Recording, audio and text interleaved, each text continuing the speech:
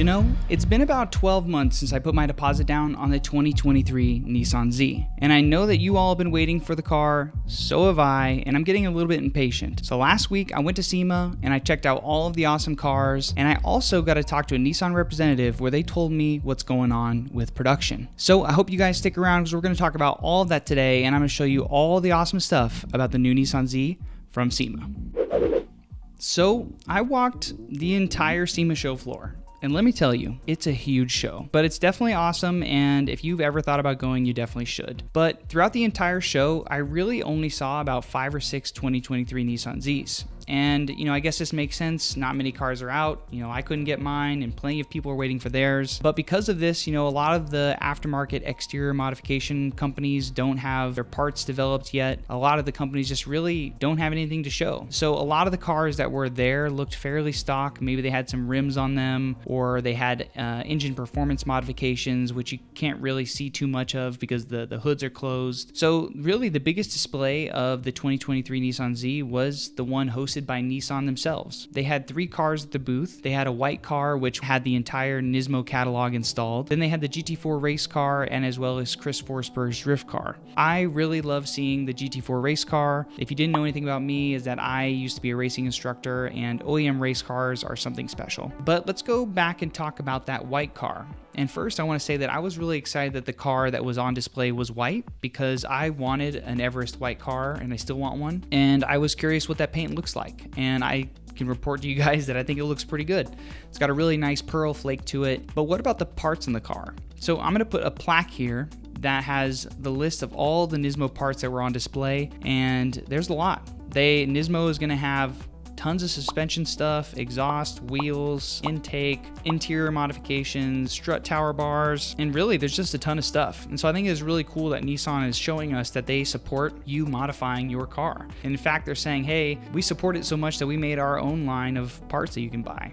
So maybe this is a little bit of cost savings on their part, because then we're going to buy the car and then we're going to give them more money for their parts.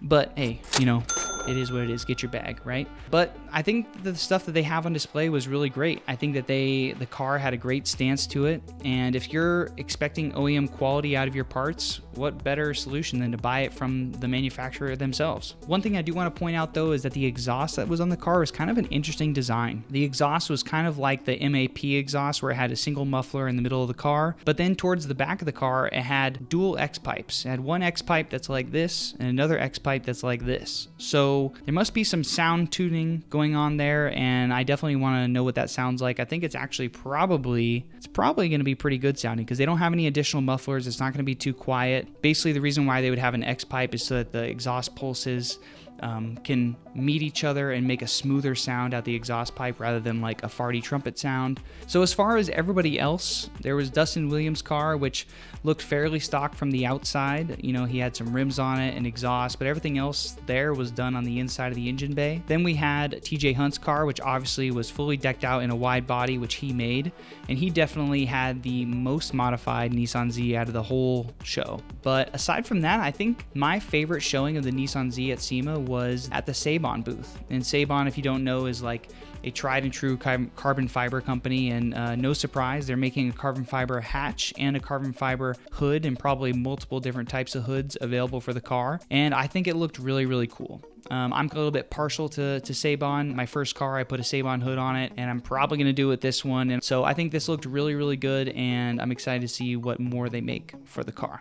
But let's talk about production, because earlier, I mentioned that I got some inside information from Nissan about the production and what's going on. So I went to the Nissan booth, and I wanted to keep it really casual, so I didn't really record any of this. There's no proof or evidence, but I did have a candid chat with one of the guys at the Nissan booth, and I asked him, I was like, hey, I have a deposit down on the 2023 Nissan Z, and I haven't gotten any news from my dealership. Can't really find any reliable stuff online. When do you guys really expect the cars to be, coming out to the US in troves? And when I said troves, he was kind of taken aback, and he was kind of like, oh, well, in troves, I don't know, but really that's what they're intending. They're trying to sell thousands of these every single year. So I mentioned to him that I knew that production had stopped, and he corrected me, and he said, well, it didn't stop completely. He said, we've still been producing automatics. So they haven't been making cars at full production speed, but they're still making them as quickly as their chip supply will let them. Recently, they stopped the production of manual cars because of the manual transmission recall with the grinding second gear, and I think we all kind of knew that because it was in the news recently. But he said that they have a fix for the manual transmission problem, and the cars that have already come over